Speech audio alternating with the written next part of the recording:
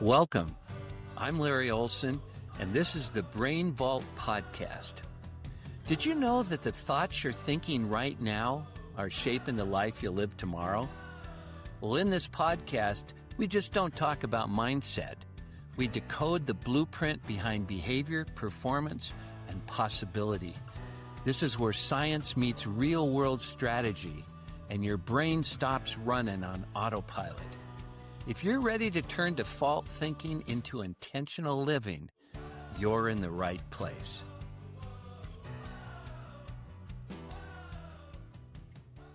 Well, welcome to Brain Vault Podcast, where science meets success. You know, most leaders have been trained to believe that performance comes from certainty, having the right answer, moving fast, and projecting confidence. But neuroscience tells us something different. When certainty hardens, the brain narrows. And when curiosity is present, the brain opens and performance expands.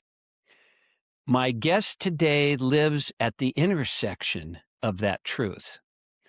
Debra Clary is a leadership strategist, researcher, and executive coach with more than 4 decades of experience, leading and advising some of the world's most iconic organizations, Frito-Lay, Coca-Cola, Jack Daniels, and Humana, just to name a few. And armed with a doctorate in leadership and organizational development, Debra didn't just study leadership behavior, she studied what unlocks it. And what she discovers aligns powerfully with performance-driven neurology. And this is it. Curiosity isn't a soft skill. It's a neurological state that drives adaptability, connection, and sustained performance. And whether she's advising Fortune 500 executives, delivering a viral TEDx talk, or performing a sold-out one-woman off-Broadway show, Debra is guided by one principle. Bold questions change brains. And when brains change, results follow. So if you want to understand how curiosity rewires performance, deepens trust, and elevates leaderships in moments that matter most, you're going to want to lean into this conversation. Welcome, Debra, to the Brain Vault Podcast. Thank you, Larry. I appreciate you having me. Well, we're all very excited to hear what you have to share with us on this phenomenal, I think, taken for granted idea, at least the term curiosity. It's something everybody's heard before. You know, Debra, after leading billion-dollar brands, researching leadership at the doctorate level, and working with executives around the world, how did you come to realize that curiosity, rather than certainty, is the real superpower of effective leadership?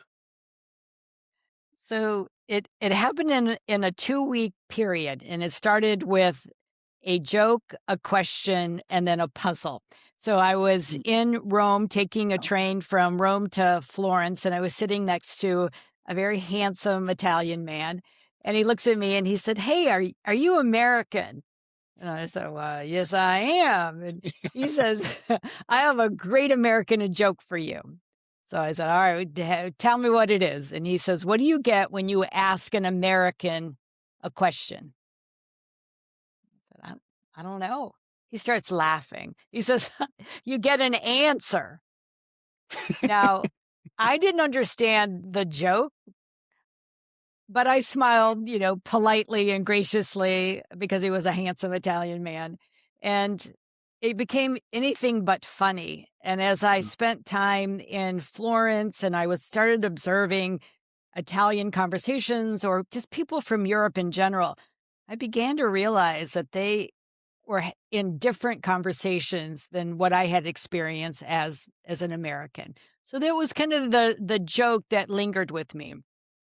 I went back to work. I'm sitting in the boardroom next to my CEO, and somebody was presenting at the front of the room, and he quietly asked me, "Do you think that curiosity can be learned, or is it innate?" I said, I don't know, but I'm going to go find out. So I went off and I did a little bit of research, And at the end of that week, Gallup had released their engagement study. And in the history of measuring engagement, they had never seen it so low. So now I Hmm. had a puzzle. So I had a joke, a question, and a puzzle. And I had a hypothesis that what might be missing is curiosity. Hmm. And as a scientist, like a hypothesis for me needs to be tested and it needs to be explored. So, for fun, just this is just me wanting to understand more about curiosity. I asked a group of trained MIT researchers to go find out this hypothesis. And the question I asked them to study was, what is the relatedness between leadership, performance, and curiosity? Hmm. And they came back and said, well, we're going to do it this way. I go, no, before we move forward, I just want to know if there is a correlation between these three variables. Hmm. And 3 months went by. They came back and they said, how'd you know?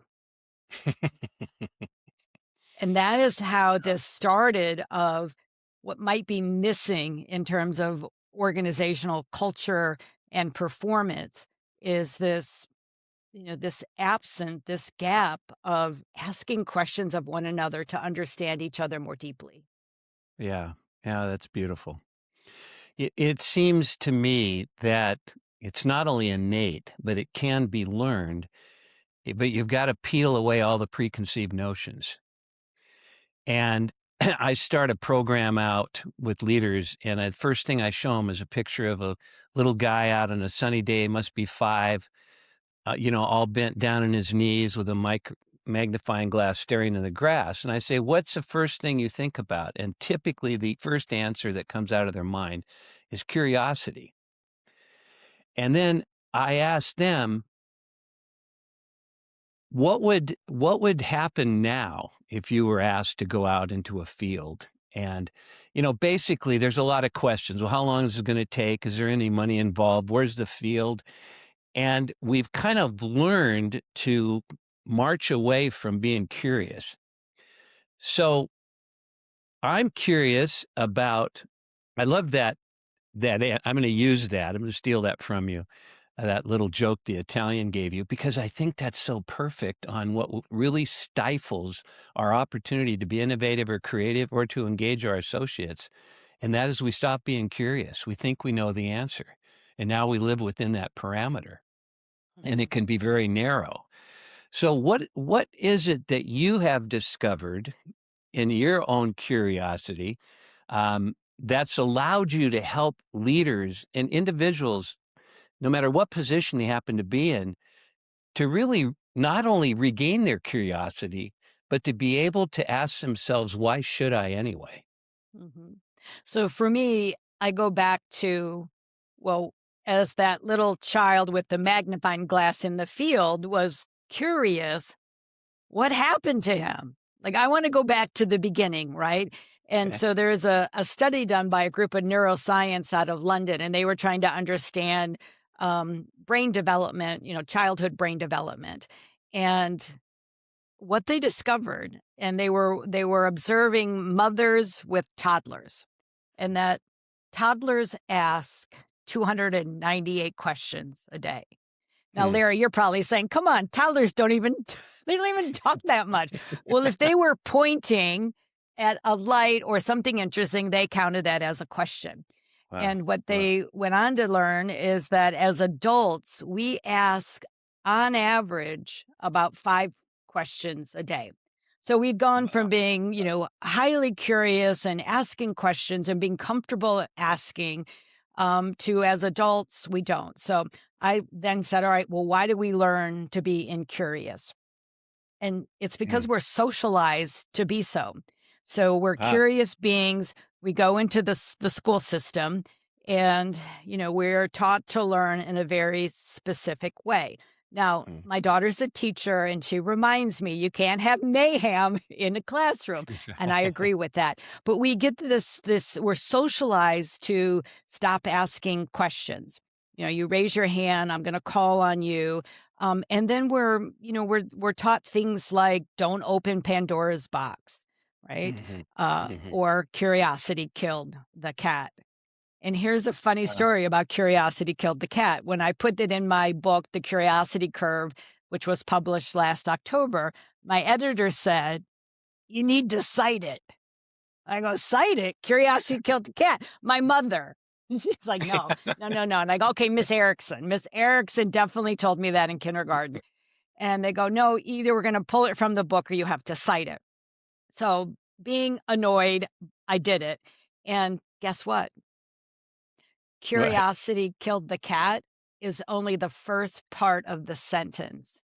Oh, It's I see. actually attributed to William Shakespeare in 1589.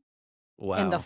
full sentence is curiosity killed the cat, comma, but satisfaction brought it back. Larry, Yeah. nobody taught us Uh-oh. that.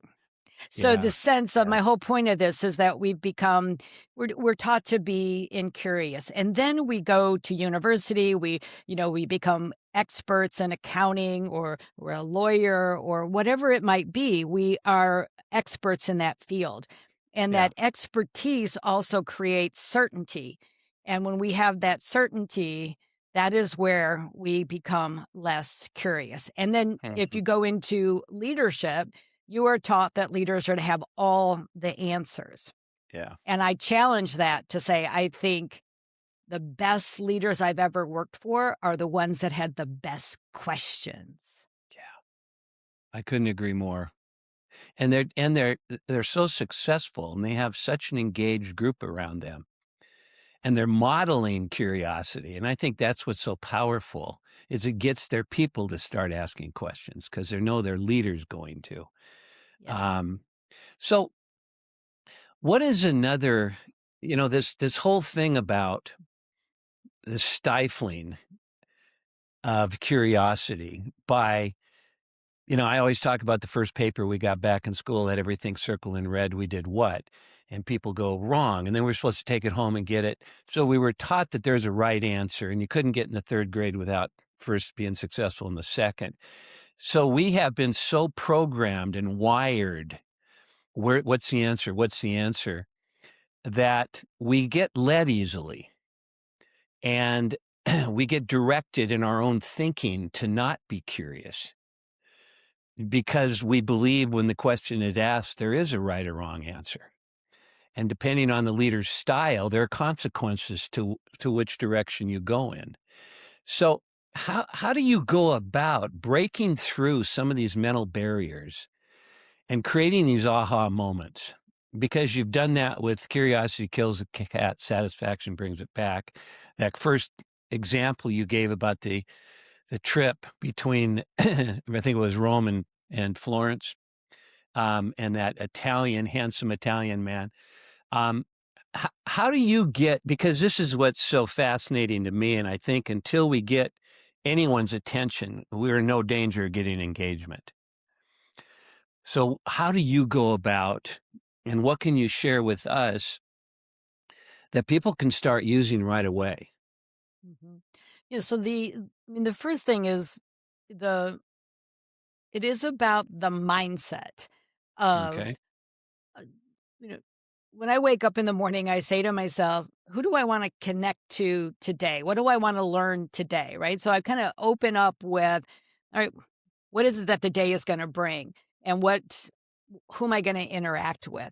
And every relationship begins and ends with the questions you ask yourself and the questions you ask others. So the first thing that I encourage people to do is just think about your mindset. Do you really want to move forward in relationships? Mm. And if you do so, it's about asking questions and listening, asking Mm. question and listening. Most of us are asking a question and we've already formed our response to that, right? We are like it's been said that in America that a conversation has become a competitive sport and the first one that takes a breath loses, right? So the sense of is just, I'm not going to just say, hey, I asked a bunch of questions today, but I asked questions for the purpose of advancing the relationship or advancing the performance. So I have an intention to ask, and I have equal attention to listen. Wow. And what about listening to understand instead of listening for an answer? Yes, What are your thoughts on that? I think that's 100% right. I think it was Stephen Covey that said, listen to Yeah. understand, not be understood. And Yeah. as Yeah. we're just coming out of the holidays where people get together with their relatives that maybe they only see once a year and they only see them because they have very different viewpoints. And so as I was going into the holidays, I did a couple of TV shows and interviews about how to survive the holidays. And it's not Mhm. just about surviving the holidays, but it's about how do you have a conversation with someone at the dinner table that is so different from you, that they have a Mm. different opinion. And it's about not going in to win a conversation, but you're going in to ask questions so you can go more deeply into Mm. understanding their beliefs about how they mean like that. So it's not like I'm going to go in and we're going to argue and I'm going to try to win them. No, it's like I really want to understand where they're coming from. So, Mm. asking questions about, why is this so important to you? Where does this belief come from? And it's going deeper in understanding. And you don't have to agree with them, but now you have a better understanding of who this person is, besides Uncle Mm. Frank at the dinner table. Yeah, that's so it's not about what most of us, if we're not careful, do, judging were they right or wrong in what they shared. Hmm. It's we're peeling the onion as to who they are Hmm. and how, and then that gives us an opportunity to see how we may contribute. Um, I really am glad that I kept myself from knowing too much about you because I was going to read your book and I come in with all these preconceived notions and questions I wanted answers to. I'm glad I didn't do that. And I'm glad I didn't know how fascinating you'd be, or I would have had trouble sleeping last night. Oh, well, thank you, Larry. You're welcome. You're welcome. You're spot on Mm. how important it is that we recognize. And you talk about listening, and a lot of people go, "Yeah, yeah, I've heard about listening," but very few people know how to listen. Do you get involved in that much? I do. I You do. do. And I what do. approach do you take to help them be better listeners? Because So, it changes their relationship at home, at work, everything. well, and it also changes the relationship with yourself. Ah, When we ask ourselves questions and then sitting with what comes. mm, But there are many modes of listening, right? But where we want to be on the continuum, so there's, from 1 to 5, with 5 being empathetic listening, it's about okay. actually envisioning that you're in their shoes with them, right? That Hmm, you are listening so deeply that you get the emotion from where they're coming from. Again, I don't have to take on your belief. I don't have to take on your emotions, but I've just gone deeper in understanding who you are as a person.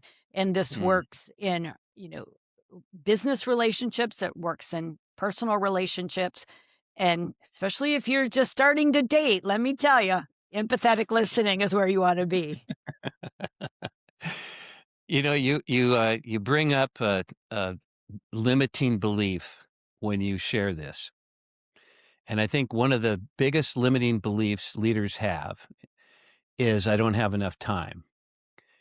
And if that is a belief, imagine what truths they look for to prove themselves right. Mhm, And they aren't even aware of it. So, how do you help them break through that? Because it takes time to ask those questions. mhm. Well, they think someone else is pounding down the door, and what's going on with Jim on that project? He's supposed to advance, but he didn't the last time I talked to him. Yeah. So we spend more time talking, listening to ourselves than we do listening to the other person talking. Mhm. And I've always believed that if you spend 20 minutes listening to somebody, you've got an additional 3 hours now because you're not scrambling. You're not trying to get the meeting after the meeting unwrapped from what people really thought was going on in that room. What are some of the keys that you give these leaders so they don't get backed up again by all this pre-wiring that says, well, yeah, that sounds good. Yeah, okay, empathetic Mhm. leader. Yeah, wouldn't Mhm. that be nice? Yep. Get over that skepticism, if you will. Mhm. Yes. So it is the difference between the long game and the short game. And what I Uh-huh. mean by that, the best leaders I know are playing the long game. So here's what typically happens for a leader. So an employee comes in and they say, I've got a problem, and they put the problem on the table, right? So now you have the leader and the employee looking at the problem. Well, the leader is like, man, I got to get to that next meeting. I got that board deck to do. I'm just going to tell them what to do and then send them along their way. Is that efficient? Absolutely, because that took 5 minutes and now they're on their way. That's the short game. The long game is an employee comes in, they put the problem on the table. The employee's looking at the problem, but you're looking at the employee, and you're asking questions about, how have you Mhm. thought about solving this? Have you solved something that's similar to this? Right? And you're helping them with their critical thinking. You're helping them solve their own problems in the future. And you're also showing, I have confidence in you and I believe in you. Now, how long did it take me to ask those questions of you, Larry? I mean, a few seconds. Now, there's got to be Yeah, a conversation around it. It's yeah. this myth, and I want to bust this myth, is that it takes longer to be curious. It takes longer to develop people. It really doesn't. If you're playing Mhm. the long game, Gotcha. leaders, the best leaders are playing the long game. And where does vision come in? Because we hear so many terms. I've spent 40 years in culture, developing that high performance culture. And without a vision, you shall perish, to go back to some old statements. But people have to know not only where are they going, but why are they going there? And how does it Mhm. tie into what I want to accomplish as an individual? Because if I don't see the connection between the two, it's hard for me. If you're so excited about going to New York and I want to be in Seattle, I don't care if you've come up with the best way to get there. Mhm. We haven't connected on the ultimate. And so once everybody has gotten uniformity as to where they're going and they have that ultimate vision, is that then what becomes the long game? So how Maybe. would you define and describe that? Yeah. So, a CEO and an executive has three things they have to do.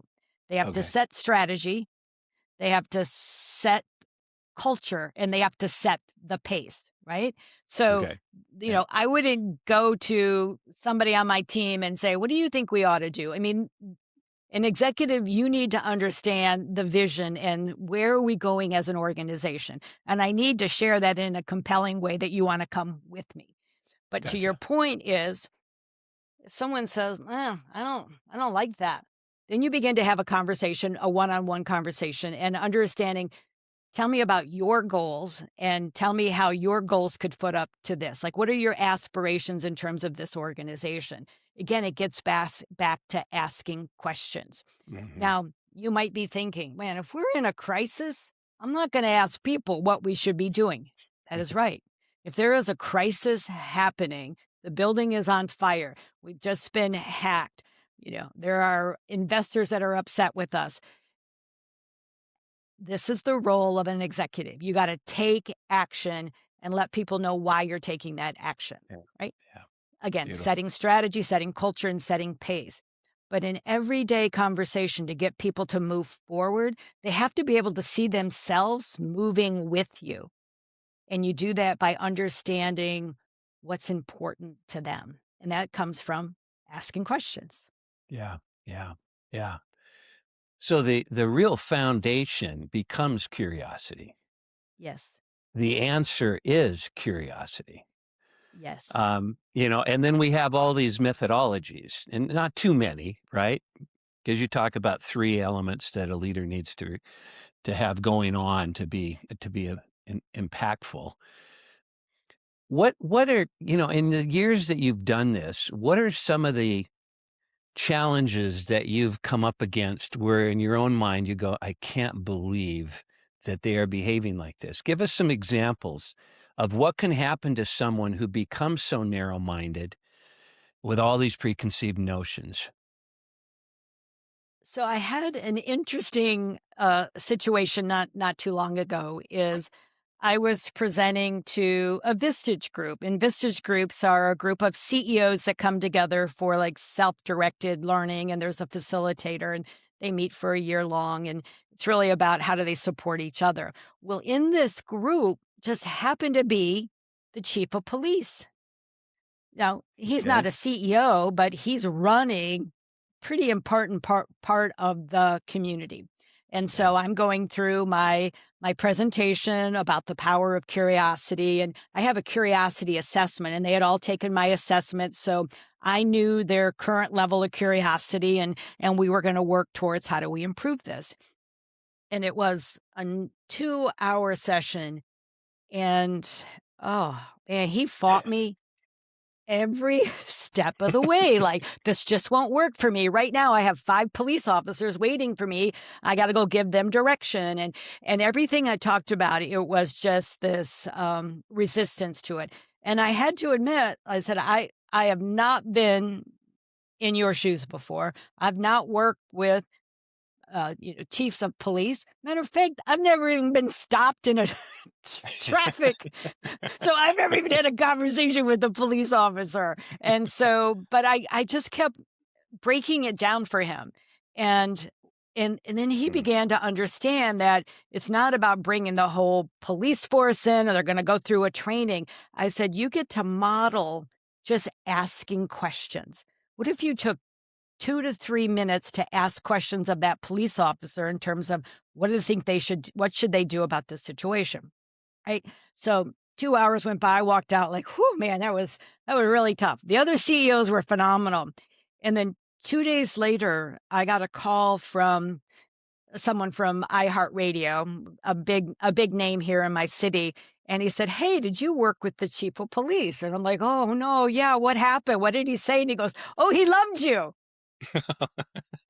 And it was one of those things of just staying in the conversation Yeah. and helping him Yeah. understand even the smallest amount of curiosity and how it might be able to change his relationship with his officer. So someone that was very resistant, and even I walked away thinking, "Oh man, I just really tanked here." It was like, wow, it had an impact on him. Wow. Wow. Great story. Great story. Being a Vistage speaker myself, I can completely relate to these people paying money to come and to be skeptical instead of receptive. And I wanted to ask you, because this will be helpful to everybody out there. There's an element that doesn't bring out the best in any of us, and it's called defensiveness. And we're defending our point of view. We're defending our values. We're defending the line line in the sand, if you will. And sometimes it's not like, we can mess with our family, but when somebody else messes with our family, they've crossed the line. It's not to that degree. But here you are recognizing that you really can't spend too much time with the adversary and then overlook those that are actually really glad to be there and want to hang on your every word. Mhm. But being empathetic, you recognize that this person probably needs it the most right now. And how did you overcome your own ability to shut down or to lash out or to, I know you've been at it for a while, it's not your first rodeo, but it would be helpful for others to hear, because what happens is, when we get upset, it's the amygdala that's taken over, and unfortunately, it shuts our frontal lobes down. So we're not able to reason. And whether we're the one who's defending or we have somebody that's fighting us back, what do you do internally to kind of create that equalization where you've calmed your reptilian brain and allowed your frontal lobes to come back into play so that you are of value to him, which you ultimately were, instead of wishing he wouldn't show up after the break? Or I'd be arrested. Um, Right, your first right, one. right. Yeah, like, you're gonna when she pulls out of the parking lot, you need to follow her. For me, Right. it was like when he would say something, in my head, I would say, "He might be right. He Hmm, might be hmm, right. okay. Let me ask it in a different way." So Wow. I took it at face value that I Okay. don't know what he knows. Okay. I've not been in his shoes. I've never worked in police business, so to speak. And I was just say, maybe he's right, but let me ask another question. And it was never about he's wrong. He doesn't know what he's missing. He's just missing it. It was like, maybe he's right. Yeah. Because I've not Wow. I've not walked in those shoes. Wow. That's so powerful Mm. because you made it about how do I understand this as opposed to how do I protect myself? You know, he's now fighting what I believe in. And that's a beautiful twist that you made, a Mhm. beautiful Mm. shift. And so you came in with already having some skills and tools Yeah. to make sure, you know, one of my lessons in my leadership program, the first one for leaders is get over yourself. And, you know, and it's not they're not brilliant, they don't have a lot to offer, but until it becomes about them and not you, you're really no danger of listening to begin with. And so Yeah. we have consumed 30 minutes in about 12 seconds. Can't be possible. Can't be It's not. possible. It's not. That's because you're so fascinating. Oh, thank I you. want to find out now, if you'd be so kind. There's a lot of people out there that are kind of stuck, and stuck simply means that, you know, it's kind of the Groundhog Day all over again. They're continuing to do what they're doing, expecting different results, you know, and they would be the first to say, "That's insanity. I would never do that." And yet most people do it 95% of the day because we're reacting to every moment based not on what's possible, but what's already happened. What would you share with them who are looking maybe to go to the next level or they just want to break through some of the mindset that they have? And then after you've shared that, let them know how they can get a hold of you, how they can get your book, and then we can kind of wrap it up from there. Mhm. So this is around someone that might be stuck? Yeah, someone that might be stuck, you know, and in their mindset that's not Mhm. allowing them to it's kind of affected their attitude. They're not as Yep, pumped as anymore. They're just showing up. yep, But it's not the best version of them, if you will. yes. So I would encourage them to sit and ask themselves, "How does it feel to be stuck? Hmm. How does it feel to be stuck?" Hmm. And then it's, "How would I feel if I weren't stuck?" Right? I would be Hmm. joyful, I would be excited, I would, be jumping out of bed to get to work, if you will. And it's hanging on to that emotion of I can choose something different. I can choose something different. Now then there's a layer of other questions of why do I think I'm being stuck? What's causing that? And then it all goes under getting under the emotion of being stuck and then a vision of what would I what would I feel like if I were unstuck? Okay. Okay. So you're gonna have an emotion based on whatever narrative you have going on. So you're suggesting kind of ask yourself that question first, kind of grieve into the stuckness. Don't build denial towards it. But Mhm, then once you've done that, kind of flip it now, change the narrative and change the emotion and allow yourself to kind of immerse in it for a bit. mhm. Because the brain doesn't know, as you know, doesn't know the difference between what we imagine and what actually happens to us. I mean, it's just a servo mechanism.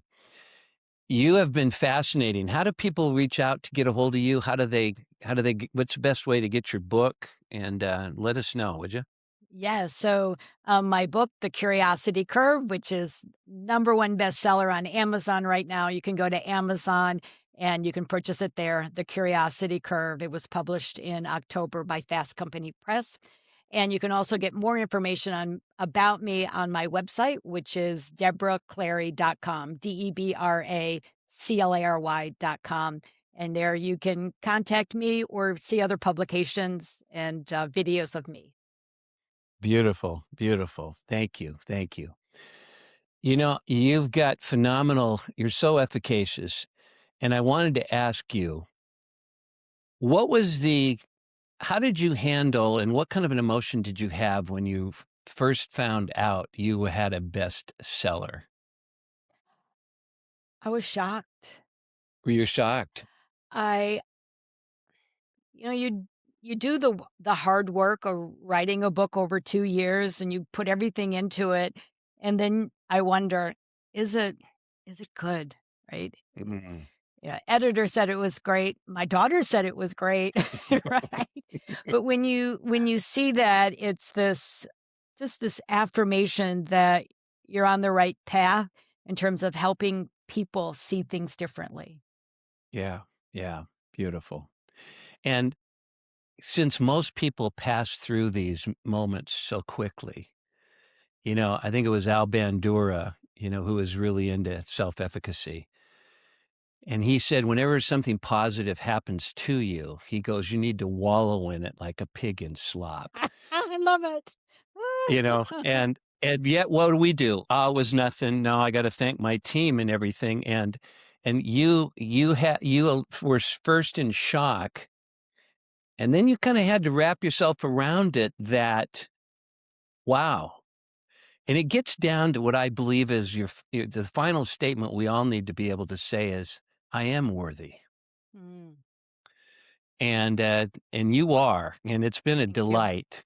I Thank could you. go on for hours because you're so fascinating and we're kindred spirits relative to, our approach and our look at things. And yet the way you share information is just creates such clarity. You've really got a Thank gift you. there. Thank Um, you. so I want to thank all our viewers for taking your time. The only thing we can't get back in life is our time. So we want to make sure that you've taken something away from this that you can utilize immediately. And so pay attention to that narrative. Recognize the emotion you're in and ask yourself, as we've heard from Deb, is that the emotion you're really looking for? She mentioned choice, and we all have one. And realize wherever you find yourself in life right now is exactly where you need to be. And if you find out it's not what you want or where you thought you'd be, change the narrative. Start talking to yourself differently, and then watch the transformation that begins to take place. Look forward to seeing you all next time. Thank you again, Deb, for sharing your expertise and time with us. It's been very, very rewarding. My pleasure. Thank you, Larry. You're welcome.